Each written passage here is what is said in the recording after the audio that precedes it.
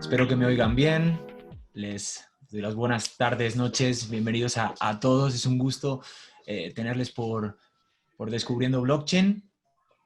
Y bueno, como ya saben, hoy tenemos a Camila Russo.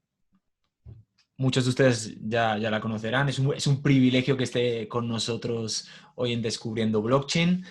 Pues Camila, entre muchas cosas, es la autora de Infinitive Machine, que es un libro sobre la historia de Ethereum, y también es la CEO de Defiant, probablemente el newsletter sobre finanzas descentralizadas más famoso del ecosistema Ethereum. Entonces, pues desde luego vamos a aprender hoy muchísimo y bueno, un placer tenerte, Camila. Muchísimas gracias por el tiempo. Sabemos que muchas veces estás de entrevistadora, otras de entrevistada, como es el caso hoy, pero de nuevo, muchas gracias por estar con nosotros y sobre todo pues, por ayudar a la comunidad a aprender sobre blockchain y todo lo que concierne al ecosistema blockchain de Ethereum. Y no, pues ya sin más dilación podemos empezar con la charla. Bueno, ya he comentado y muchos de ustedes ya conocen a Camila, pero estoy seguro que ella también se va a presentar. Así que Camila, bueno, todo tuyo. Estamos encantados de tenerte y pues vamos a coger notas de todo lo que nos puedas contar para aprender lo máximo posible.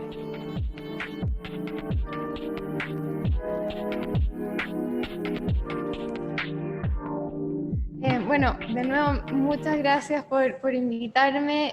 Es en verdad un placer estar acá en Descubriendo Blockchain y siempre me encanta hablar con un público latino. Así que en verdad un gusto estar acá y muchas gracias a todos los que vinieron a escuchar la charla. Hoy día voy a hablar sobre la historia de Ethereum. Es lo que me dediqué a investigar y a escribir durante alrededor de 2 años mientras estaba preparando el libro de Infinite Machine. Que ya salió, lo publicó la editorial HarperCollins en julio y lo pueden conseguir en Amazon, en cualquier lugar.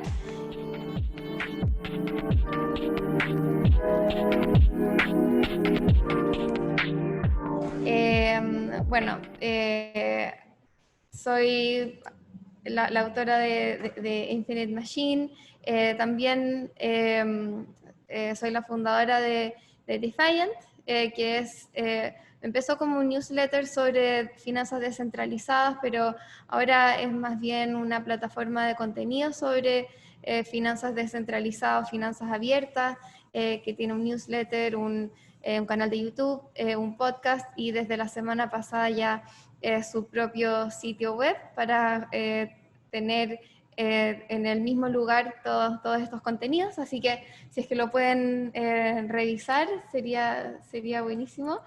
Y en mi pasado pre-cripto full time era periodista de la agencia Bloomberg News, estuve basada en Nueva York, donde estoy ahora, y también estuve en Madrid y en Buenos Aires, y fue en Argentina, de hecho, donde descubrí Bitcoin por primera vez y donde me empezó a interesar todo el tema de las cripto, por su habilidad de ser un sistema completamente abierto e independiente. Y eso, todos los argentinos que están acá van a poder saber lo importante que es eso, sobre todo en países con alta inflación y controles cambiarios y gobiernos con políticas irresponsables.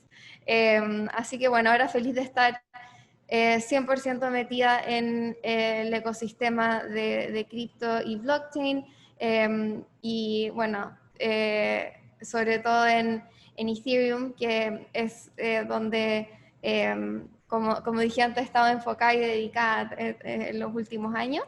Y entonces, bueno, después podemos hablar más de DeFi y de otros temas, pero creo que sobre todo los que llegan al ecosistema de Ethereum y de blockchain recientemente, muchas veces se pierde la historia. O sea, hay pocos lugares donde uno puede encontrar una cronología completa de cómo fue la creación, los primeros años de Ethereum, así que ojalá yo les pueda aportar un poco de contexto hoy, porque es importante para entender mejor el presente, saber del pasado y saber de dónde venimos. Así que ojalá pueda aportar un poco con eso.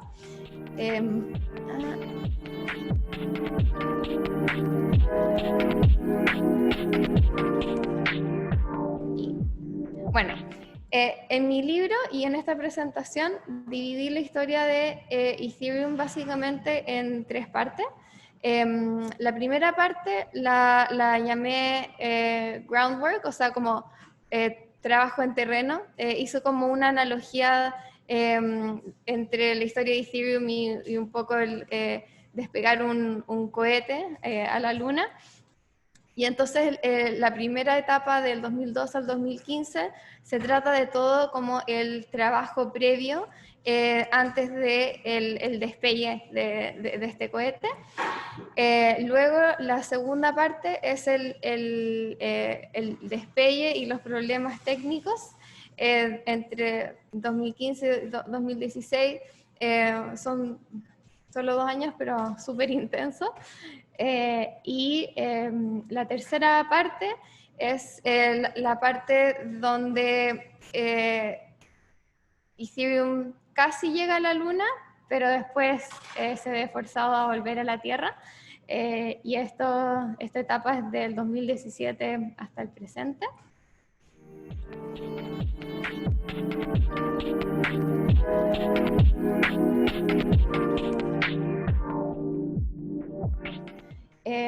Bueno, entonces, partiendo por la etapa inicial, el 2012.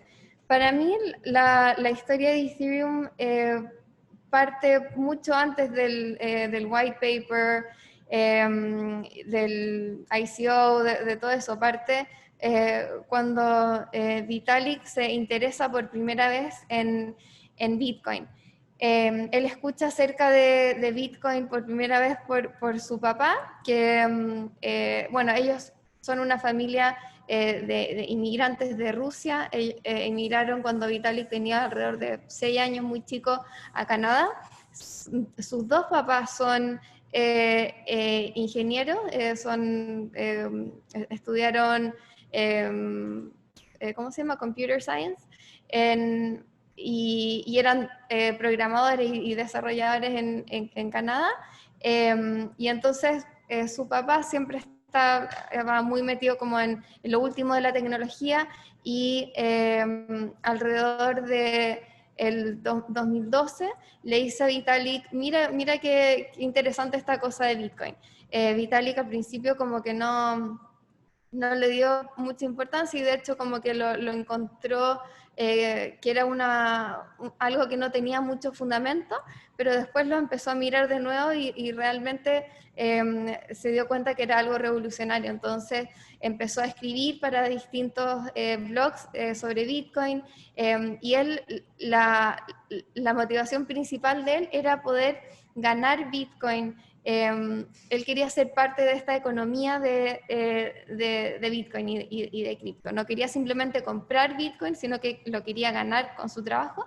Y entonces empezó a escribir para distintos blogs online de Bitcoin, hasta que Mihai Alisi, que está en la universidad en Rumania, y era un poco, se dedicaba a jugar póker online, y estaba como muy metido en el mundo del póker. Una vez quería comprar libros como de apuestas en el mercado como gris y se dio cuenta de este método de pago de Bitcoin. Dijo, oh, qué interesante esto, y al final cambió el póker por Bitcoin e invitó a Vitalik a fundar Bitcoin Magazine con él. Bueno, rápidamente Vitalik se convierte en una figura importante en el ecosistema Bitcoin, porque él era el líder de esta revista y también estaba escribiendo casi todo el contenido. Entonces rápidamente se hizo un nombre conocido en el ecosistema. Cabe tener en cuenta que Vitalik en esta época tenía 18 años. Había recién salido del colegio, estaba entrando a la universidad, pero estaba súper entusiasmado, disculpen mi perrita, estaba súper entusiasmado con Bitcoin y decidió congelar sus estudios y ir a un tour para conocer a todos los proyectos que estaban trabajando, que estuvieran desarrollando sobre Bitcoin en ese minuto, lo que se llamaba Bitcoin 2.0, que eran los proyectos que buscaban aumentar la funcionalidad que tiene Bitcoin, que claramente, o sea, su uso principal es mandar valor de un lugar a otro sin intermediarios. Pero en esa época habían distintos proyectos que están tratando de crear billeteras, derivados, contratos a futuro, o sea, distintas aplicaciones financieras más allá de simplemente mandar dinero. Entonces, Vitalik fue en un tour a ver en qué estaban todos estos proyectos. Y bueno, ahí fue donde llegó a Israel, donde estaban como la mayor actividad de estos proyectos. Estaba Colored Coin y Mastercoin, que estaban realmente como liderando todo este movimiento.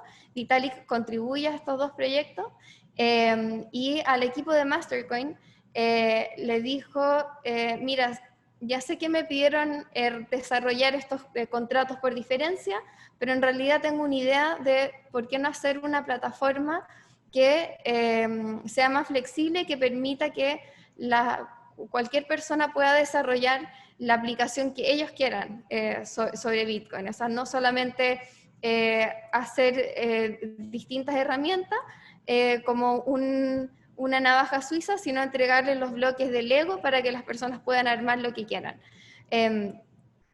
Y el equipo de Mastercoin quedó maravillado, o sea, fue súper interesante que, bueno, yo vi la cadena de mails, el intercambio que hubo entre ellos, y Vitalik les manda como una especie de white paper sobre la versión más como la original, yo creo que de Ethereum, una plataforma flexible, pero J.R. Willett, como fundador de Mastercoin, estaba impresionado con todo lo que ha hecho Vitalik, pero dijo, no, esto en verdad es muy complejo, agrega muchos vectores de ataque, y en verdad todos nuestros recursos están ahora dedicados a desarrollar estas distintas aplicaciones, así que no lo vamos a tomar por ahora.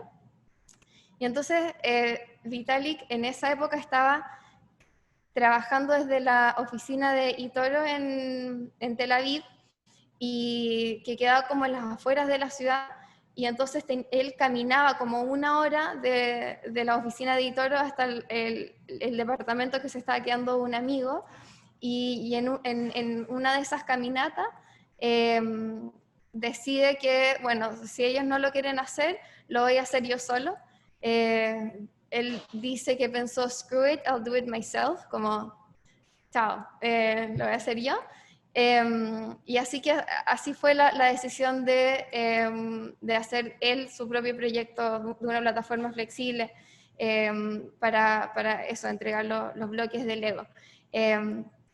Y bueno, se fue a San Francisco, escribió el white paper de Ethereum en 2 semanas, lo envió a un grupo de alrededor de 14 personas de la gente que él más confiaba, la gente más cercana a él, esperando que todo el mundo le dijera todas las razones de por qué estaba equivocado y por qué no se podía hacer este proyecto, porque él dijo, es algo tan grande y tan como nuevo que tiene que haber miles de razones de por qué esto no funciona, pero al contrario, todo el mundo le respondió con ganas de trabajar con él. Así que dijo, bueno, vamos a hacerlo. Y así se juntó un grupo chico de gente que se reunía sobre todo en Skype. Por alguna razón Skype era como la manera principal de comunicarse esos días de Ethereum. Entonces se juntaban en un chat de Skype a hablar. Acá estaba gente como Anthony Diorio, que era una persona como prominente en ese momento en el ecosistema de Canadá, donde Vitalik estaba, así que estaba él, estaba Texture, estaba Charles Hoskinson, que Anthony Diorio también había invitado, Mihai, y varias personas, pero Amir Chetrit también estaba como en el grupo bien temprano de Ethereum. Entonces estaban todos ahí en Skype y decidieron que tenían que anunciar Ethereum y conocerse todos cara a cara, así que decidieron ir a una conferencia que había en Miami el 2013, en enero o febrero, enero. En enero, fines de enero, esta conferencia en Miami, decidieron vamos todos a ir ahí, y ahí va a ser cuando Vitalik va a anunciar Ethereum. Y Anthony Diorio arrienda una casa enorme en Miami, una mansión al borde del agua. Hay gente que me dijo que vio delfines saltar, o sea, era una cuestión súper como idílica y como lujosa. Y llegaron todo este grupo inicial de Ethereum a esa casa y se fue conocida como la casa de Ethereum en Miami, donde la gente que iba a la conferencia también se dejaba caer en el día. Era como un ambiente como bien como relajado, como un poco una fiesta, como que donde la emoción de estar construyendo algo nuevo se palpaba. O sea, este era el 2013, donde en esa época estaba la mitad como de un boom Bitcoin y cripto, entonces también estaba esta emoción en el aire y la idea de que estamos construyendo el próximo Bitcoin, era la idea como inicial de Ethereum.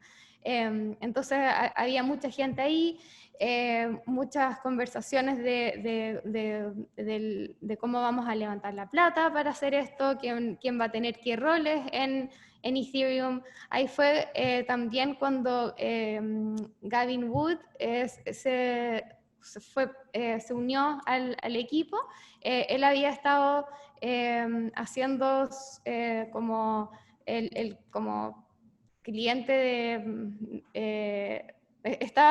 había estado desarrollando Ethereum paralelamente desde Inglaterra, como un poco sin decirle a nadie, como le había mandado un mail a Vitalik, pero no había participado tanto de las conversaciones iniciales. Y entonces Vitalik le pidió a Anthony Diorio que lo invitara a la casa de Miami para que pudiera conocer a todo el mundo.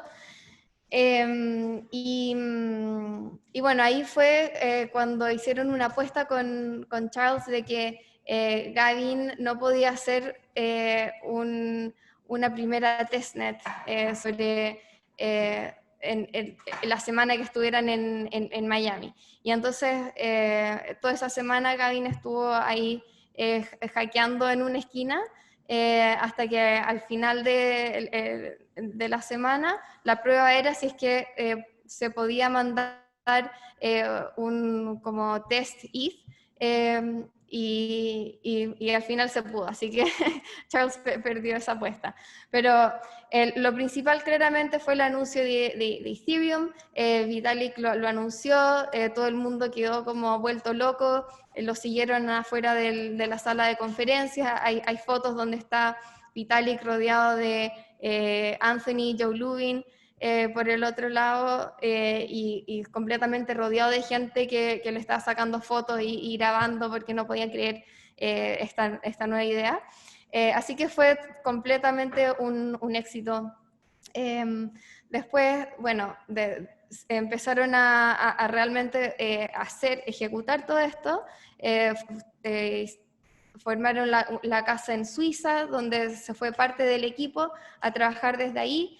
Estaba Charles y Mihai en esta casa en Zug, y ahí empezó como una fricción entre una parte del equipo que quería que Ethereum fuera una empresa y otra parte que quería que fuera una fundación sin fines de lucro. Y esta tensión fue creciendo en la medida que la gente estaba trabajando en Ethereum, y que habían como también tensiones entre los ingenieros y desarrolladores y entre la parte como más de marketing y business development y comunicaciones, como que el lado de los ingenieros sentían que ellos eran los que lo que importaban y el resto se sentía como un poco dejado de lado. Entonces empezaron a surgir como las primeras tensiones internas dentro de Ethereum.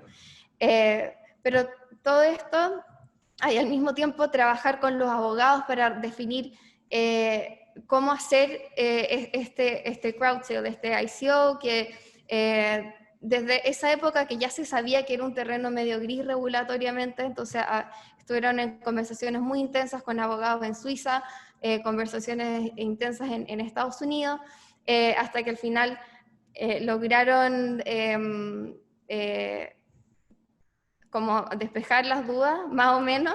Consiguieron una carta en Estados Unidos, en una opinión que decía que Ether no va a ser un security, y decidieron hacer este crowd sale que resultó ser el más grande que jamás se había hecho en ese entonces, que ahora con los 15 millones que levantaron parece súper poco en relación a lo que se hizo después. Y bueno, entonces las lecciones fue que de esta etapa es que lo principal que hizo Ethereum es salir como de este paradigma de que vamos a hacer una solución específica para cada aplicación, y en vez tener una aplicación flexible que sea generalizable para que cualquier persona pueda construir lo que quiera. Esto fue como la innovación de Ethereum, usando contratos inteligentes para hacer esto. Y también a mí lo que me impresionó con todas estas historias, o sea, la gente que fue a la casa de Suiza, que dejó trabajos, dejó novias, dejó mascotas, dejó de todo para ir a construir este sueño que en esa época no era nada, era un white paper y una idea súper idealista, y se fueron sin sueldo, sin nada, y muchas veces gastando sus propios ahorros para mantenerse, con la idea de construir este sueño enorme que partió con Vitalik.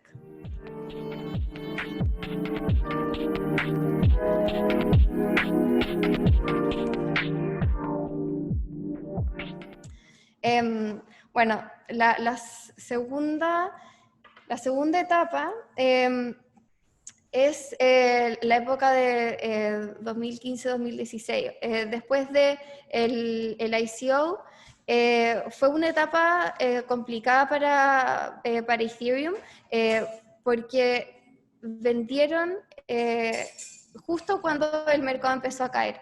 Entonces, la Ethereum Foundation de repente se vio con problemas de liquidez. El Bitcoin que ahora tenían valía la mitad de cuando habían hecho el ICO. Al mismo tiempo tenían problemas con los reguladores suizos que no los dejaban sacar la plata, y mucha gente, o sea, en esa época era como, no era tan claro que Ethereum fuera a sobrevivir. Realmente tenían como los meses contados con la plata que tenían en ese entonces.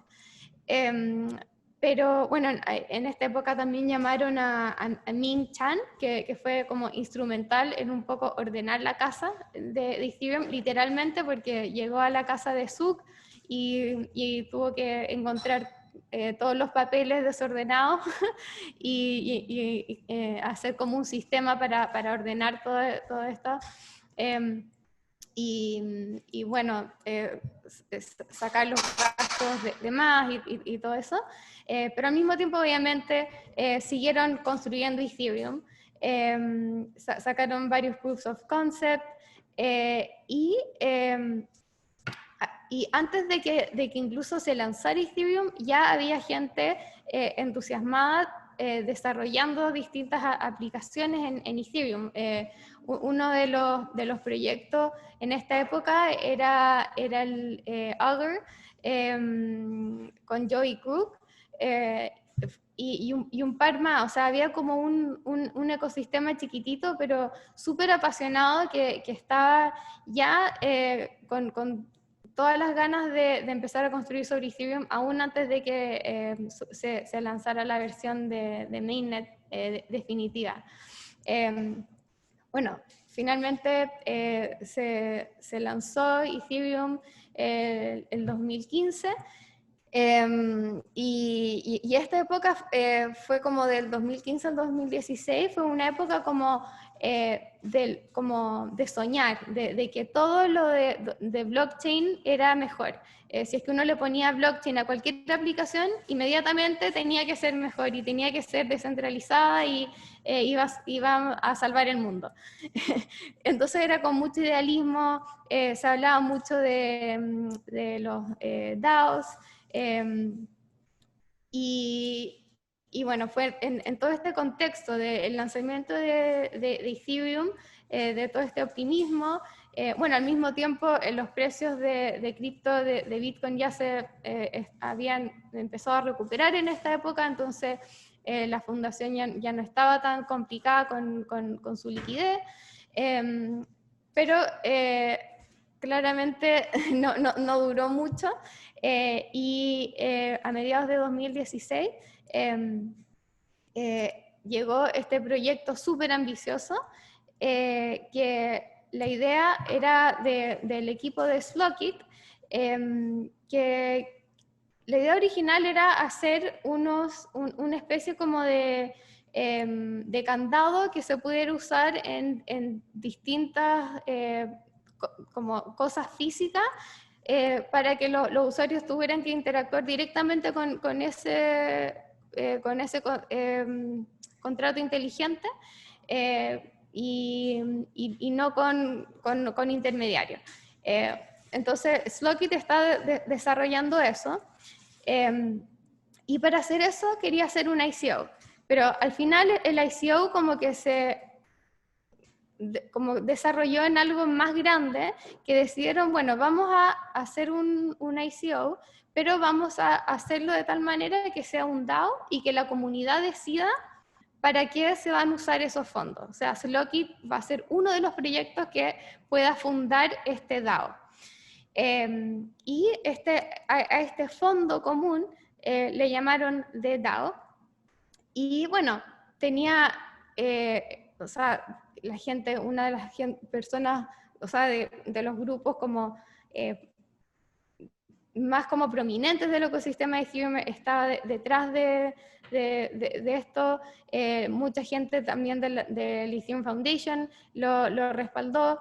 El proyecto tenía que tener como personas que garantizaban que los fondos iban a ir a los proyectos que tenían que ir, y estos como garantes de DAO era gente como Vitalik, Gavin, Alex Van de Sande, o sea, gente como muy prominente dentro de Ethereum, están todos involucrados en el DAO.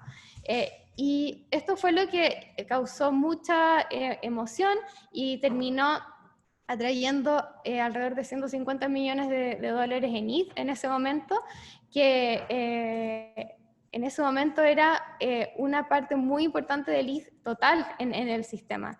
Y bueno, hablando con la gente involucrada, ahí estaban aterrorizados porque decían, bueno, nadie esperó que esto trayera tanta atención y trayera tanta plata.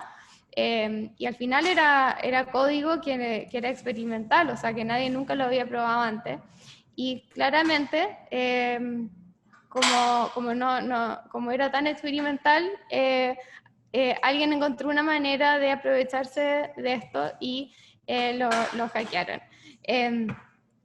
Y entonces, esto fue un momento súper importante para Ethereum, porque la idea, o sea, el problema no era solo que el proyecto más grande de Ethereum lo habían hackeado, sino que como alrededor del 10% de ETH de ese entonces estaba dentro del DAO, estaba la pregunta de qué pasa si un porcentaje tan grande de ETH está en manos de un actor malicioso.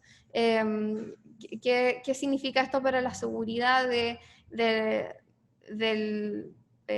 blockchain? Y entonces empezaron como a haber discusiones de qué se hace ahora, y al mismo tiempo se formó un grupo como que se llama The Robin Hood Group, que empezó a hackear al hacker del DAO. Y bueno, parecía como una guerra como intergaláctica de hackers hackeándose a los otros hackers, el hacker inicial sacando los fondos del contrato inteligente, pero después los white hat hackers tratando de hackear al contrato del DAO más rápido para que no se lleve todos los fondos. Entonces fue como una guerra de hackers, como súper de ciencia ficción, pero al mismo tiempo el ecosistema empezó a discutir sobre la posibilidad de hacer un fork de blockchain, o sea, hacer una idea que es que se implementa el software de Ethereum con todo idéntico, excepto con la parte donde se hackea el DAO. Entonces, una manera como de pasar vuelta a la página y de hacer como una realidad paralela donde este ataque no ocurrió. Y entonces uno mirándolo afuera dice, bueno, obvio que tienen que hacer esto, o sea, se arregla el problema, la plata vuelve a la gente y todos quedan bien, pero el problema ahí era que el sentido de usar un blockchain, o sea, una cadena de bloques que incentiva a los participantes, que es autónoma y que es inmutable, es precisamente eso, que es un sistema que está hecho para que no se pueda intervenir, que no se pueda censurar, o sea, un sistema independiente que no depende de intermediarios. Entonces, si es que alguien puede llegar externamente y decir, bueno, no me gusta lo que pasó, lo voy a cambiar, se pierde todo el sentido de usar un blockchain. Entonces, esta era la discusión que hubo. Finalmente, se decidió por un consenso imperfecto, porque muy poca gente, o como de la gente que tiene en total, participó de estas distintas votaciones que hubo, pero al final ese consenso imperfecto indicó que la comunidad quería que se hiciera este hard fork, o sea, que se hiciera este como borrón y cuenta nueva, y así fue. Pero para la sorpresa de todos los involucrados, la red antigua de Ethereum revivió y se transformó en Ethereum Classic. Hay muchas teorías de por qué pasó esto, pero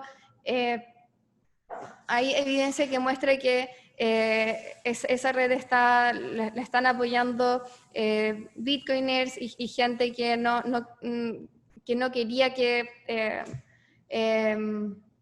fuera exitosa la nueva Ethereum. Lo hicieron un poco, la gente que apoyaba Ethereum Classic era un poco para decir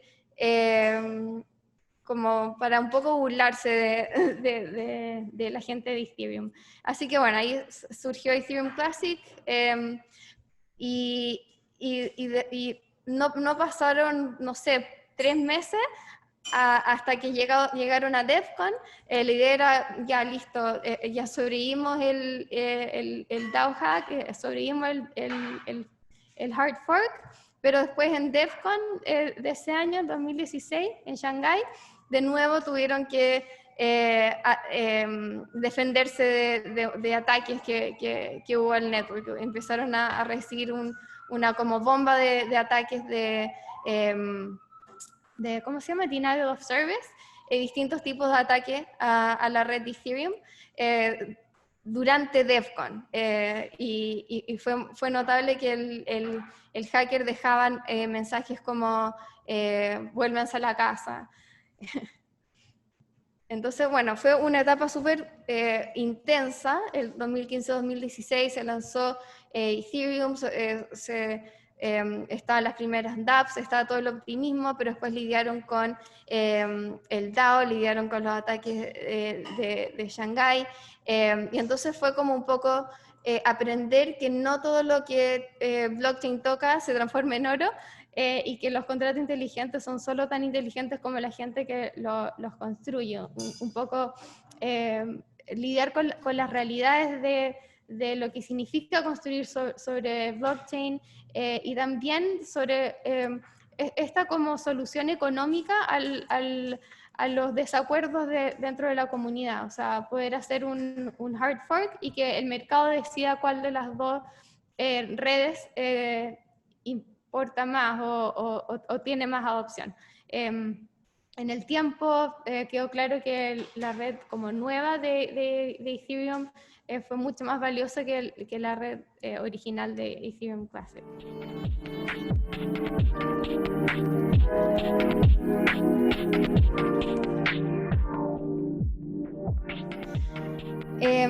Después, la tercera etapa y final etapa del libro, el 2017-2019, fue como una explosión. O sea, después del 2016 quedó la sensación de que Ethereum en verdad puede sobrellevar muchos desafíos. O sea, está el hack, están los ataques de Shanghái, están todos los problemas internos con el equipo, y Ethereum seguía andando y creciendo y atrayendo más y más desarrolladores que querían construir sobre Ethereum. Y en este contexto, como de haber sobrellevado sus primeras pruebas, y también en el contexto más amplio de un mercado financiero que estaba subiendo, de Bitcoin que estaba subiendo, empezó a haber un boom de ICOs, de Initial Coin Offerings, que son una especie como de venta como de acciones, pero con cripto, o sea, con tokens. Esta fue la primera como aplicación financiera sobre Ethereum. Es una manera descentralizada de levantar plata, que para mí en verdad sigue siendo muy, muy valiosa, pero los incentivos en esa época estaban mal puestos, y se dio que se usó mucho para especular. Entonces, los fundadores de startups empezaron a levantar cientos de millones de dólares en segundos, porque había tal como manía por comprar cualquier cripto, que gente de todo el mundo empezó a llegar al ecosistema y a especular con todos estos criptos. También, o sea, un desarrollo importante fue el del Standard ERC20 de tokens, que hasta ahora es como el más usado dentro de Ethereum. Esta época también fue bueno, desde el principio de Ethereum, que se quiere llegar hasta una red más escalable con Proof of Stake y con Sharding. En esta época también hubo mucho progreso hacia eso. Otros estándar de token que se creó fue el ERC721. Estoy muy acostumbrada a decirlo en inglés. Con CryptoKitties, que esto fue como en el peak de la burbuja. Lo que como que agregó al fuego fueron estos gatitos digitales. El precio de Ether se disparó por arriba de $1,000, y después de toda esta como explosión de ICOs y CryptoKitties, y también el progreso como de research para llegar a un Ethereum más escalable, empezó a caer el precio de Bitcoin, empezó a caer el precio de Ether. Llegaron los reguladores a decir, no, creo que todas las ICOs seguramente son securities, o sea, que están bajo la mirada de los reguladores de Estados Unidos. Varios de los fundadores de ICOs, algunos se fueron presos, otros les llegaron cartas del SEC. Entonces eso rápidamente paró todo este mercado. Y en la época de 2018 y 2019, Ether estuvo en un bear market, donde al final de 2018 el precio de ETH bajó abajo de los $100 por primera vez en muchísimo tiempo. Lo notable para mí en esa época, que fue la época donde yo estaba escribiendo este libro, es que la innovación y el desarrollo de aplicaciones sobre Ethereum nunca se detuvo. O sea, yo en toda esta época la pasé yendo a todas las conferencias que pude, a todas las hackathons que pude, y en la mitad, o sea, Ether estaba yendo así, pero uno iba a las conferencias, a las hackathons, y cada vez había más personas ahí. Y entonces, para mí como que queda claro que Ethereum iba a salir adelante de este bear market, y creo que eso es lo que estamos viendo. Bueno, creo que los takeaways ya los dije. O sea, lo importante de la comunidad, que la cantidad de actividad y innovación que hay en Ethereum nunca se detuvo, y que por toda la historia de Ethereum es impresionante lo resiliente que es la comunidad y que es esta red. O sea, la cantidad de obstáculos que ha tenido y la cantidad de obstáculos que ha podido sobrepasar es realmente impresionante.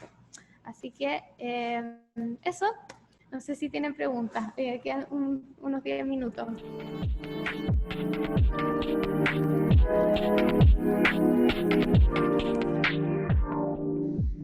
Buenísimo, Camila. Muchísimas gracias. Bueno, aplauso digital, ya que no podemos dar el aplauso en el auditorio, pero aplauso digital, porque para mí me han dado todavía más ganas de comprar el libro para enterarme de los detalles pequeños que se han dado en esta historia. Sí, bueno, no, dejé afuera los detalles más jugosos, así claro. Que hay harto drama por ahí para que lo lean directamente en el libro. Totalmente, totalmente.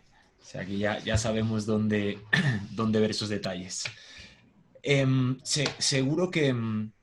Bueno, pues la primera pregunta que hacen en el chat es de cómo se llama el libro. El libro se llama, como pone ahí en la última diapositiva, de Infinite Machine. Se puede comprar digital y también en copia física. Algunos ya lo tenemos, lo que hay que encontrar es el tiempo de leerlo, pero bueno, seguro lo vamos a disfrutar muchísimo. Yo tengo alguna pregunta, Camila. Mientras esperamos las preguntas de los participantes, que seguro que también habrá varias, tengo alguna pregunta por aquí que me da curiosidad. La que tengo principalmente es, o sea, para gente nueva que entre en este mundo de Ethereum, ¿no? ¿Por qué deben aprender de Ethereum? ¿Qué opinas tú de eso?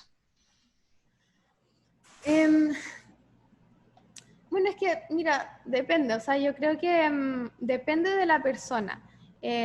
Yo creo que no todos tienen que aprender de Ethereum. Yo creo que la mayoría de la gente, ojalá, eh, termine usando Ethereum o al menos termine usando una red distribuida, abierta de blockchain, eh, porque, eh, porque gradualmente todas las aplicaciones en Internet y las aplicaciones financieras que usamos van a estar sobre estos rieles.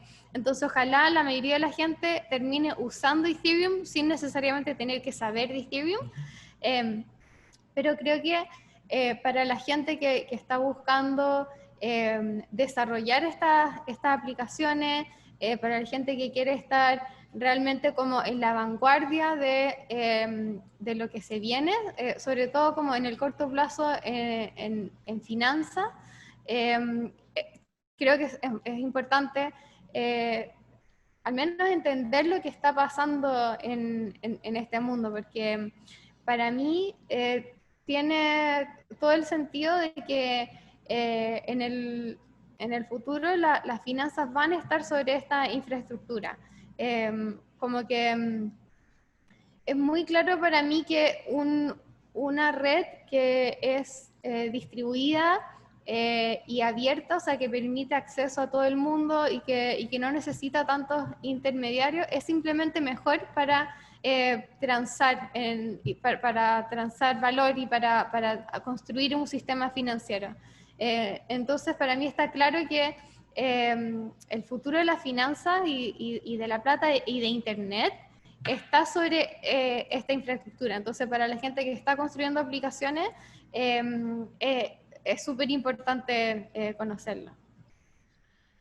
Buenísimo, ya empezaron las preguntas en los participantes, así que genial. La primera, de hecho, es muy básica. ¿Cómo, o sea, tienes una traducción del libro al español o lo estás planeando? Ay, sí, esa es la pregunta que siempre me llega y odio tener una mala respuesta. Todavía no tengo planeado una traducción al español porque mi editorial tiene los derechos globales del libro, entonces la editorial como que vende los derechos a editoriales en distintas regiones. Entonces, por ejemplo, ya vendieron los derechos en China, o sea, va a haber un libro en chino en algún minuto, todavía no, pero ya está eso. Pero todavía no vende los derechos a ninguna editorial en español. Así que como que no tengo como mucha influencia ahí, o sea, ojalá, no sé, pues, haya algún interés de alguna editorial en Latinoamérica o España de traducirlo. Bueno, si hay algún editor en la audiencia, ya saben Sí, porfa. dónde contactar. Buenísimo. Otros preguntaban que si vas a venir a DEFCON a Bogotá. Ojalá, Ay, ¿no? me encantaría, sí. Mira, no tengo pasajes por ahora, pero mira, ya fui a DevCon en Praga y en Osaka, así que me encantaría estar en Bogotá también. Bueno, pues aquí te esperamos con los brazos abiertos, seguro. Andy Filippini nos pregunta, bueno, primero te da las gracias, por supuesto, todos te las damos. Mm. Y cuáles, o sea, hablaste de algunos obstáculos que superó el ecosistema. ¿Cuáles piensas que son los próximos riesgos que puede tener?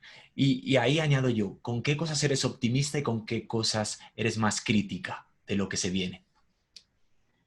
Em, bueno, el obstáculo principal que estamos viendo ahora es los problemas que tiene Ethereum para soportar la cantidad de actividad que hay sobre la red.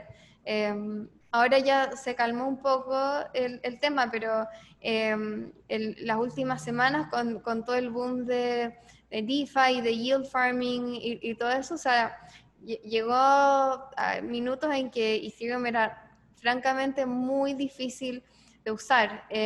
Las confirmaciones se están demorando mucho, había que pagar muchísimo para cosas tan simples como mandar cripto. Y entonces esto es como el desafío más importante que tiene Ethereum ahora, poder escalar para poder para poder no soportar, para poder soportar todas las actividades y las transacciones que hay, que al final es un problema bueno para tener, o sea, significa que hay mucha demanda por usar Ethereum, pero también hace que la experiencia no sea la mejor, sobre todo para los usuarios que no están gastando tanta plata. O sea, al final lo que esto está haciendo es incentivar a que solamente la gente que está transando valores muy altos sea conveniente pagar estos precios en gas. Entonces, esto es un desafío importante. Yo estoy optimista de que las soluciones de segunda capa 2, Layer 2, van a poder aliviar esto. Últimamente hemos visto mucho desarrollo en ese sentido con Optimistic Rollups, CK Rollups, Plasma, Sidechains. Hay muchas soluciones que están surgiendo para lidiar con todo este tema y lo que hacen es sacar un poco el procesamiento y las transacciones sobre como la capa 1, o sea, Ethereum mismo lo saca y después hace como que lo junta todo y hace una confirmación en vez de varias transacciones. Esto, bueno, tiene sus pros y contras, pero al final ayuda a la escalabilidad de Ethereum y creo que gracias a esta capa 2, que Ethereum va a poder seguir creciendo mientras no se lance ETH2, que yo estoy optimista que va a funcionar y va a poder aliviar todo este tema, pero no estoy tan optimista de cuán rápido va a ser. O sea, ETH2 está como en desarrollo desde el principio de Ethereum.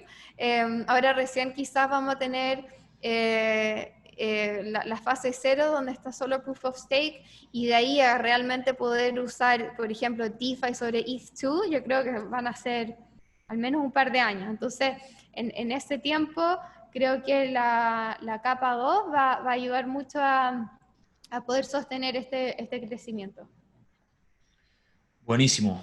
Justamente de ETH2 había una pregunta, pero yo creo que ya la respondiste. Y como experta en DeFi, que eres con todo lo que hablas en The Defiant, que es pues, una plataforma muy recomendada, y más ahora si ya ha salido la web, los podcasts y los videos, que también son tremendos, la verdad, la producción fenomenal. Nos preguntan, ¿cuál crees que es la diferencia entre la fiebre ICO que hubo en su momento con el Initial Coin Offering y lo que ha habido hace no tanto con DeFi, ¿no? Bueno, para mí o sea, es una diferencia enorme entre los ICOs y DeFi. O sea, para partir, DeFi es un fenómeno que existe desde 2017. O sea, MakerDAO lanzó DAI en diciembre de 2017. DeFi no es solo esto último, este boom de yield farming. Es un ecosistema que se viene construyendo desde hace un par de años. Y que es realmente un sistema financiero en paralelo con sus protocolos de lending, de exchanges, de derivados, incluso de insurance, de seguro, como que se están construyendo todas las piezas necesarias para hacer un segundo sistema financiero más abierto y más accesible. Y para mí la gran diferencia es que en DeFi todos estos protocolos realmente funcionan. O sea, los tokens vinieron después de los protocolos, o sea, después de que todas estas aplicaciones ya estaban funcionando, ya estaban entregando valor a sus usuarios, ya estaban, ¿cómo se llama?, transando valor. Ahora hay más de 10.000 millones depositados dentro de todos estos protocolos. Hay cientos de miles de usuarios, o sea, medido por billeteras, que no, es imperfecto, pero al menos es un indicador de que el ecosistema es real, la gente lo está usando. hay volumen y está entregando valor real, o sea, desde Uniswap que te permite intercambiar un token con otro sin pedirle permiso a nadie, hasta MakerDAO que uno puede sacar un préstamo colateralizado, de nuevo sin pedirle permiso a nadie, o sea, son cosas súper revolucionarias. En cambio, los ICOs, para mí tampoco hay que ningunearlos, porque yo encuentro que, de nuevo, fueron una innovación el poder permitir levantar capital descentralizadamente, pero al final eran solo tokens, o sea, el 99% de las veces era solo el token que lo vendían antes de tener nada, y eso era el problema, o sea, muchas veces el incentivo ahí estaba a que los fundadores se llevaran la plata y nunca entregaran, nunca cumplieran ninguna de sus promesas. Acá es al revés, o sea, está el protocolo y el valor primero y el token viene después de eso. Bueno, y ya para acabar, que con la última pregunta. Me parece que es muy, muy oportuna para gente que está iniciando. Preguntan que cuáles son esas aplicaciones en las que funciona Ethereum que nos solucionan o nos dan propuestas de valor más básicas en nuestro día a día. ¿Cuáles dirías tú que son pues, tus favoritas o las que ves con mayor potencial en ese día a día, en la realidad no tan geek, cripto en la que vivimos algunos? Sí, o sea, para mí lo más básico y francamente, o sea, para lo que yo uso DeFi, que yo no soy como una trader que está haciendo yield farming, es simplemente para tener una mejor capacidad de ahorro. Con DeFi la gracia es que tú puedes estar en cualquier lugar del mundo, puedes comprar un token que está ligado al valor del dólar, DAI, y puedes depositarlo en AVE, en Compound, en mismo MakerDAO, para ganar intereses sobre ese token ligado al dólar. Entonces, como tener una cuenta de ahorro en dólares que te entrega un porcentaje sobre eso en cualquier lugar del mundo donde uno esté. Entonces, para empezar con DeFi, yo empezaría por ahí.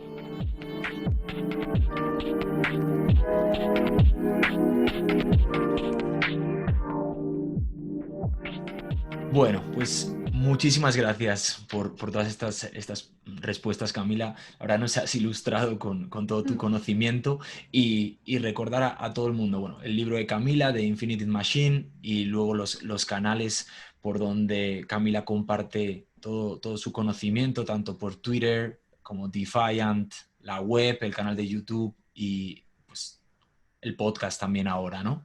Ujú.